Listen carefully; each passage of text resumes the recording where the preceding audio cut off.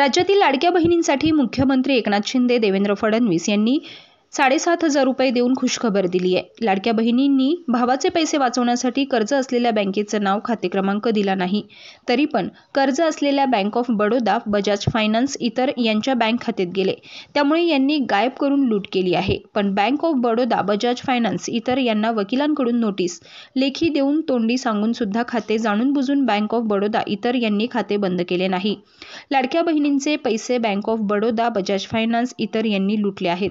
यांच्यावर मुख्यमंत्री देवेंद्र फडणवीस भाऊ काय कारवाई करणार, असा प्रश्न लाडक्या बहिणींना पडलाय।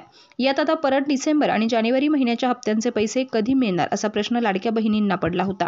ते या हप्त्याचे पैसे कधी येणार याची वाट पाहत होते। अखेर त्यांची ही प्रतीक्षा आता संपणार आहे, कारण संक्रांती आधी फडणवीस सरकार लाडक्या बहिणींना गिफ्ट देणार आहे।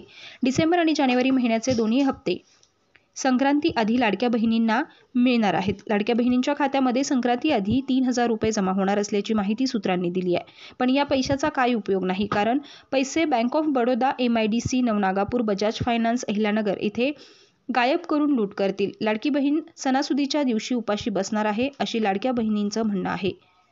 तेच खबर महाराष्ट्र न्यूज उपसंपादक अँटोन श्यामसुंदर गायकवाड, मोबाईल नंबर 9850291672।